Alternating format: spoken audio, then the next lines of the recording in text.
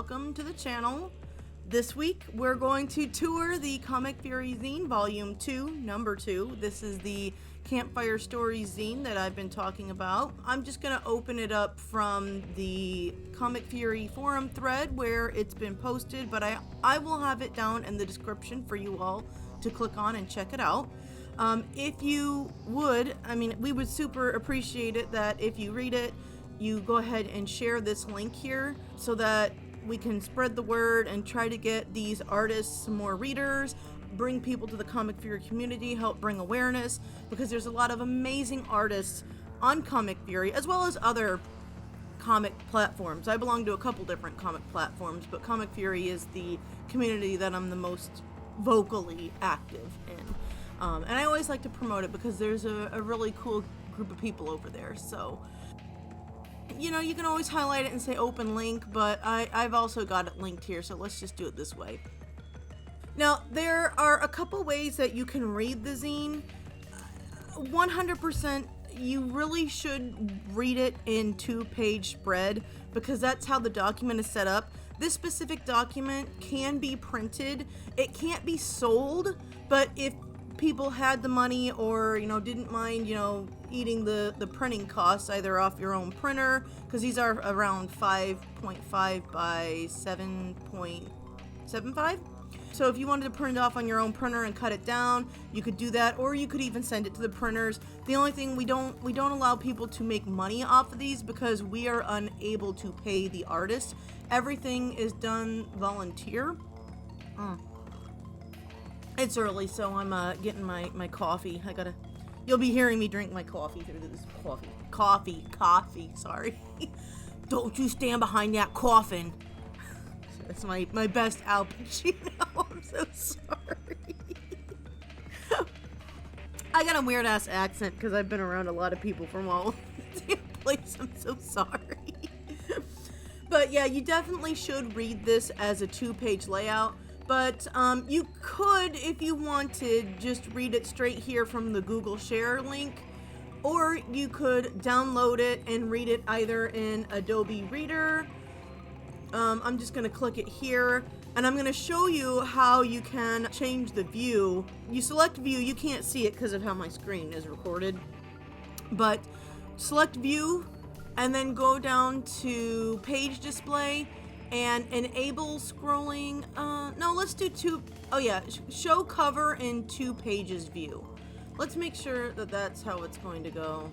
Yeah, no, see, you gotta hit the 2-page view and then have that cover. So yeah, see, okay, this is good. This will work. Okay, so yeah, that's how you do it if you're reading it in Adobe Reader. I personally prefer Preview. I have a Mac. I don't know if Preview is on other places or not, so let's just go ahead and open this. But yeah, so this is how I normally prefer to read it, is in Preview, but you can read it in whichever way you want. But same deal, you go to view, you go to 2 pages, and this one's smart enough to know automatically that this is the cover. I don't think Adobe's stupid, it just makes it a little overly complicated, and I'm sure there's a reason and a function for that, but it doesn't serve my needs, so it irritates me.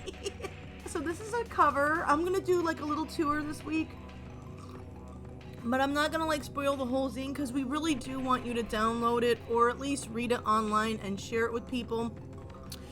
We're also going to be posting it to Comic Fury Zine, the Safe for Work main website. So if you don't feel comfortable downloading documents online, it is going to start posting 1 page a week. And I think I'm going to start doing that pretty soon here. I don't know if I'm going to do it 1 page a week or if I'm going to have it like 1 page every day. I don't know which one would bring awareness better, so I got to think about that. But it is going to be posting to the main site too.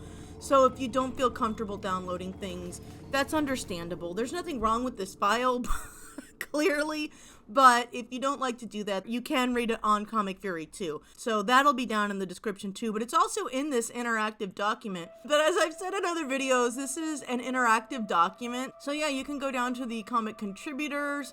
Wow, that's really fucking crisp. Okay, yeah, and then everything links. Like, this is the dome. This comic is awesome. I actually read this comic on Tapas, but they are also on Comic Fury. So, let's see here. I'm gonna go ahead and lower that so I don't get confused, or close that. So let's go ahead and take a tour. Yeah, everything's interactive. You can know, I've clicked on this before, but this is the Creative Commons link that this is what we use. This is how we license the zine. So if you share this, it has to be shared as a piece in its entirety. Of course, I do like the cover and promo advertisements and stuff, but we try to keep the zine together as one. So if you're going to share it, it has to be the entire document. You can't make money off it. I already discussed that. And then you have to give attribution, which is why we have everything linked up in the document to people's comics so that people can see who the creators were. We always have like an editor's message at the beginning of the zine. This is a link you can click on.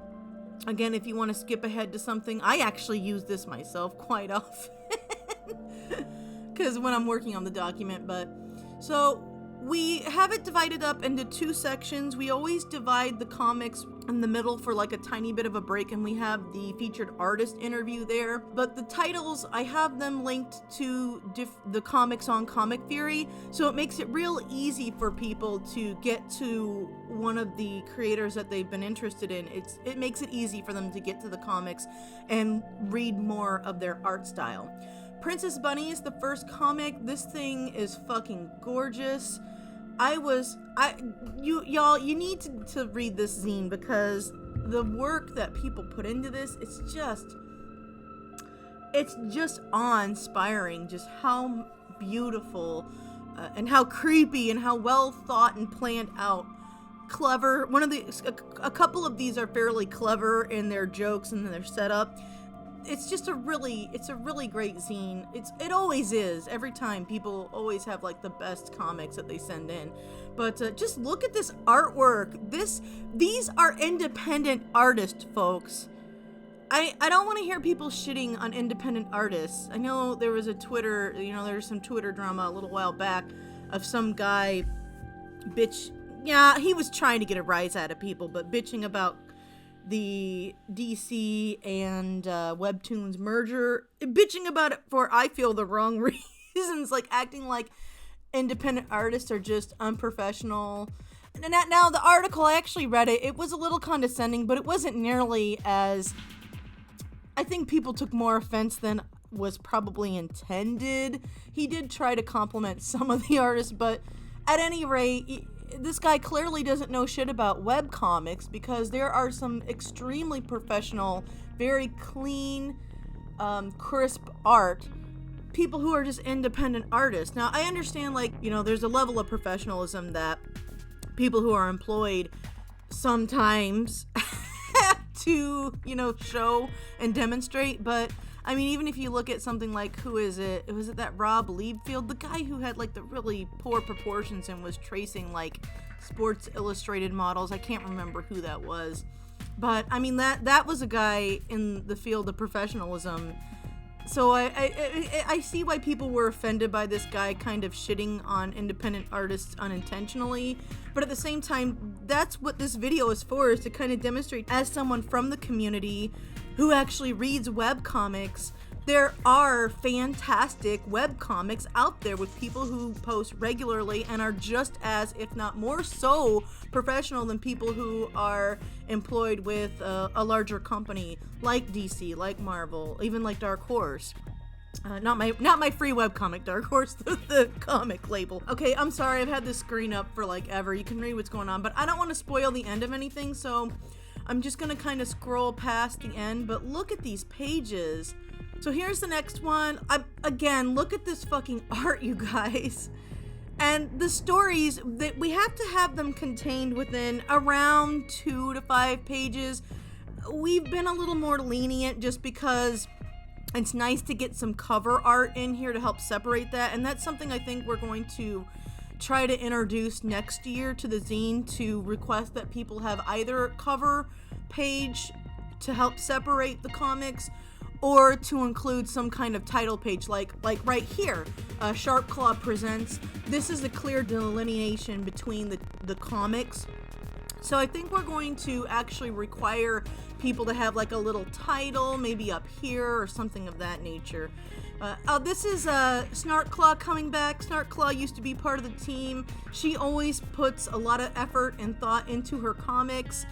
So I was excited to see that she was participating again. This one is, I'm sorry, I just kind of glossed over this one. This is that Ron's Realm. They have a comic that is linked, that we have linked both in the contributors, and of course I have their profile linked back up here in the table of contents for this section. Ron's Realm, it has a little bit of a different name than the comic that he works on, so I linked this specific link to their profile, or to her profile. Sorry, I use there when I'm not certain. But when I go down to the contributors, I actually have this, I'm not going to try to pronounce that because I will butcher. I butcher every language, y'all. But I have this comic directly linked. But you can see how you're taken to directly to the comic artist's page, so you can see what they're working on. Let's go ahead. We were on Snarkclaw. I'll show you a couple pages that she submitted. This Sharp Claw is really cute, what I've read of the comic. I actually started reading this a couple years ago. I need to go back to it. But yeah, I don't want to spoil the end. The next page is the end one, so let's go ahead and skip there's a title page to this next comic, but I would be showing the end. I guess I could. I'll censor this out so you can't see the end. But yeah, see how a lot of people actually contributed a cover page, which I like. This is by Zatain, I think Zatain. I'm not sure how they pronounce their handle. This was a funny one. This had me giggling at the end. Just look at the lighting, how they worked on the lighting in this one. If you're reading this, you can always, we had to put it, because of the way he formatted it, we had to put it vertically this way. So if this book were printed, you would have to turn the book to the side. But the magic of the internet, you can come up here, is it tools? Yeah, you can rotate left. Yeah, so if you're reading it online, if you download it, and of course whenever I download it onto the website, I'll have this, in the orientation that it'll be easier to read. But I'm sorry to spoil this, but it was just one page. But you can see a lot of different types of medium. Like it's kind of cool because there's like digital artists who submitted, there's traditional artists, and then you've got someone who's working in mixed medium like 0 Hour here. He does have several comics, but he decided to submit Harold for this one, which I thought was kind of cute. So yeah, he won the featured artist poll that we held on the community board on Comic Fury. We didn't have a cover contest this time because nobody submitted a cover, so I just did that. But yeah, most of these covers, like these two covers, were on this advertisement page. These two covers were part of the cover art contest, and then like the second place artist got the back cover. I did this with the help of the original team. We all contributed to this and worked on it. Everyone had, weighed in on the thoughts for the cover.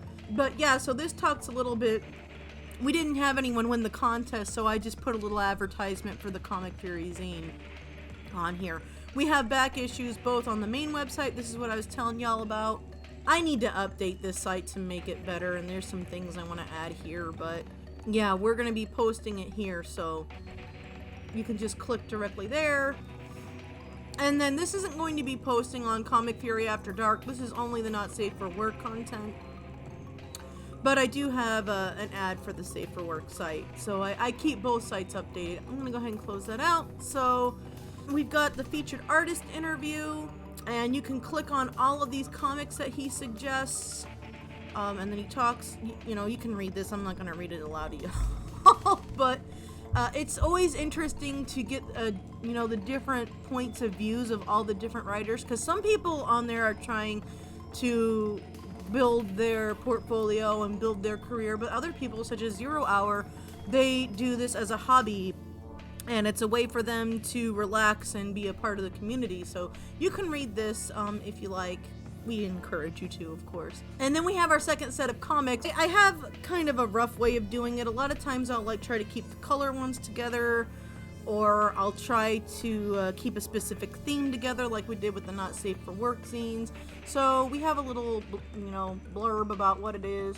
And then we get into the comics, into more comics. This is Coco Neos. She had won the cover art contest last time. She was our featured artist interview last time.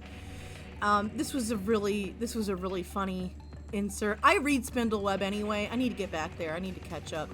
I need to catch up on every fucking comic, you guys, because my entire month of October was nothing but work. I need to read. But yeah, you can see these pages. Oh my god, this was so funny. This was Ghost Cat. They submitted this. They have this is the artist that does the dome, but they told me that this is a comic that they're going to be working on soon, so they didn't have a link for it yet because nothing was up. So I went ahead and used their dome banner. But this one was really fucking creepy. I mean, like, legit, this comic was really creepy. And the art style, the art style, it's just gorgeous. Alright, I don't want you to see, I'm going to cover up the last page here. And then we got Naomi. I love the use of color in this one, and the stylized clouds and the starry background with the moon as the backdrop. This is for her comic, which she's been working on. It's not posted yet, so we linked to the comic page for whenever it begins posting. She's shooting for, I think, 2022. Don't quote me on that. This is a funny little comic.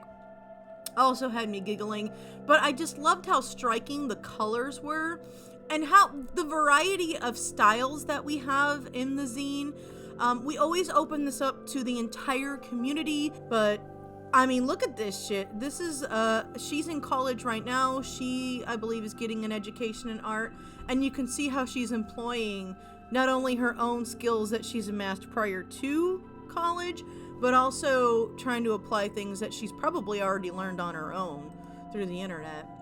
And finally, I submitted one for the Whimper in the Dark because my ass hasn't worked on that zine, or hasn't worked on that comic for a long time. This is a spoof on The Color from Outer Space, much like Snoopy or some of the, Muppet Babies.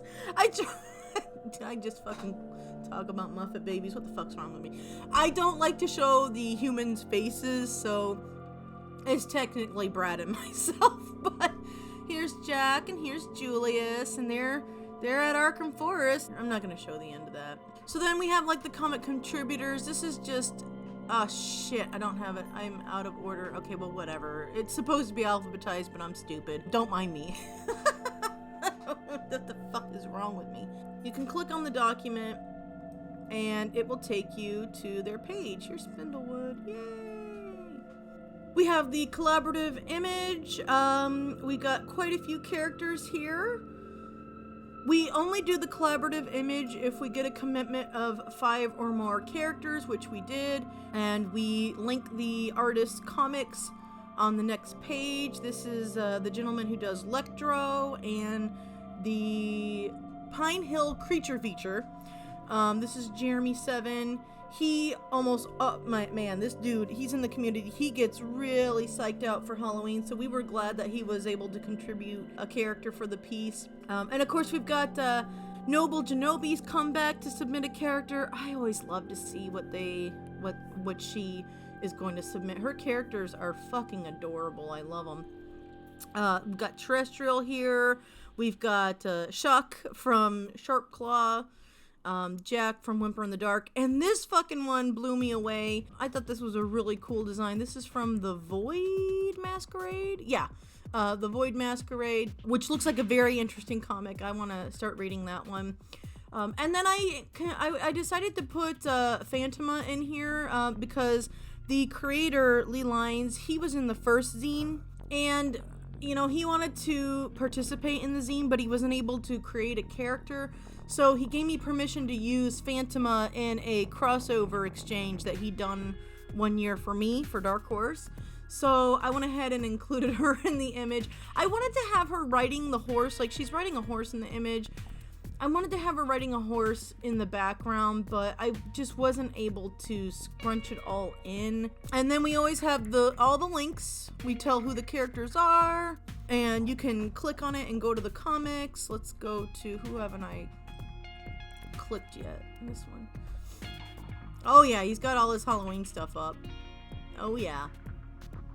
So yeah, you can click and go to the people's comics even from the character key. And of course, we've started adding the submission schedule to every zine to help make this process as clear and concise as possible. We talk about what the requirements are. I'm actually going to be making a video for this channel that I'm going to share with the community next year. Kind of helping to explain the application process. That's coming next year, but we have we have the document linked here. It's not ours, I did not create this. And then again, the Creative Commons licensing. The schedule will be accepting comics next year, starting in April. This will be another Safe for Work zine. We have the Tapas zine labeled, and we'll also have a fall winter zine. And I figured out which themes we wanted to have. For the summer, we're going to have In Dreams. And then for fall, the theme is going to be Travels in Space.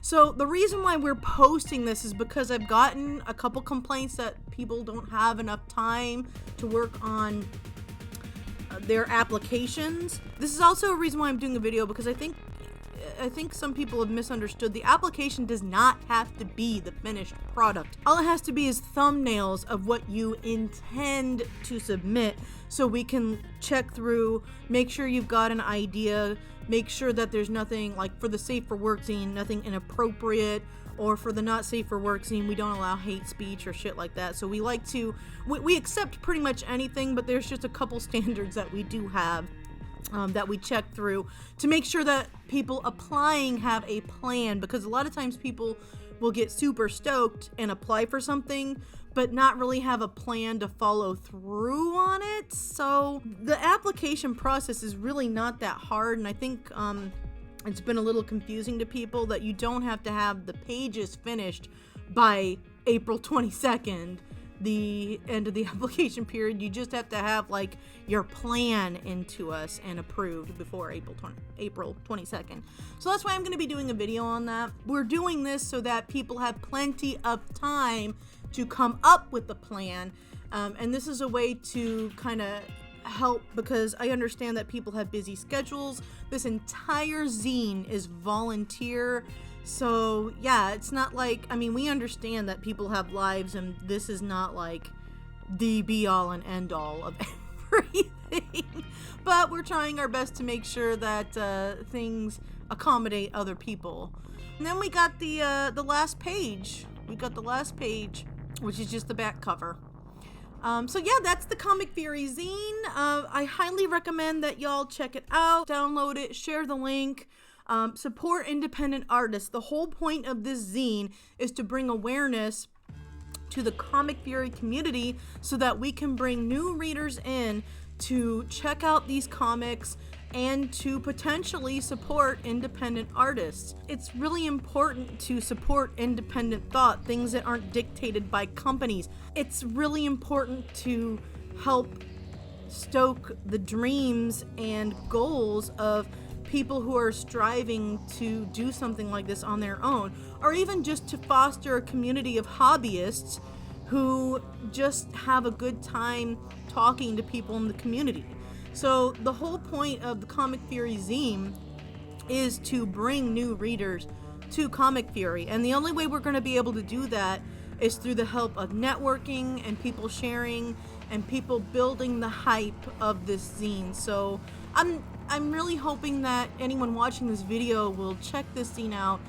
You can just see how much work and effort and thought went into this, and I'm every time we put out a zine, this is like our 4th zine, I'm always impressed with what people have brought to the table, because it always exceeds expectations. It's always fantastic. So, and also, you know, if you share the zine, it will help bring awareness to people who want more freedom with their webcomics, because Comic Fury is one of the few places that has little to no censorship. The only censorship they really have that I could see is you can't have a CP for obvious reasons. So the great thing about Comic Fury is that it allows creators to have complete and total control over their content. Like, I love Tapas, but I drew an ogre penis and they contacted me. They contacted me that I was removed from their app, even though the page hadn't even like posted yet. It doesn't post until next year. You can't have genitalia, which is fine. I understand. It's Apple, not Tapas. I'm not bitching at Tapas, but you can see there's more censorship on places like Webtoons and Tapas. I don't know about Drunk Duck. The other thing about Comic Fury is that you have complete and total control over your own comic. Like, my comic website looks, I need to update Comic Fury, but if I go to Dark Horse here versus, let's go to Tapas. So Dark Horse here, I was able to do all of this background. You have so much more control over the actual HTML, and then this is what my main website looks like. So it's a little bit different than my Comic Fury one, just because this one was started back in 2015, but I'm able to control my navigation buttons. I have all my advertisements down here. The save and load, this saves my fucking ass, which actually I was able to implement here on my own website. But you have so much more control than if you go to something like, if I go to Tapas and look at my website here, and let's go to Webtoons too. And this is not to insult these sites. I have a great community of people on Tapas. I have readers on Webtoons that I don't talk to, but they're great. I mean, this is not me bitching about them. I'm just saying. Let's go ahead and go to Dark Horse. See, I have absolutely no control over what my page looks like. No control. This is just what it looks like. I can't add any flavor. I can add my advertisements, and this has a little bit of flavor. But like, let's say I go here. See, I have this. This is all very nice and clean and professional looking and not a busy fucking mess like mine. But if you're a better designer than I am, then this Comic Fury gives you a lot of control over what your website looks like. And I'll show you what I mean by that. Like, let's say I go to my comic. See how you have this webcomic layout, site layout section? You can like just go and edit your layout. You can use a template if you don't know how to do HTML, which I don't, but I have a little bit of experience with the help of my partner who does he does Python and CSS and all that. But yeah, you can do the overall layout. There are specific pages and things, blog, all this. This Comic Fury site gives the artists complete control over their comics. Just about complete control. So that's one of the reasons why I really like Comic Fury. And I think that's why so many people in the comic community have come to Comic Fury, just because of how much freedom they have with their comic. I understand, the need for censorship in some cases, but one of the things that I like about Comic Fury is that I've got my tags on my comic. If I go to my comic profile, I've got my tags, and then I can do whatever the fuck I want, besides CP, which I don't want to do. So, anyway, that's my ad. Comic Fury Zine, check it out. Support independent artists. I will catch you all next week. I'm hoping to start working on my video to appease my wonderful patrons and answer what a week in my life looks like. A day in the life, a week in the life, I don't know. I'm going to make it a day in the life, but it's really going to be more of a week in my life cut down and edited. But yeah, I love y'all. Peace and love. Fare you well and keep on trucking.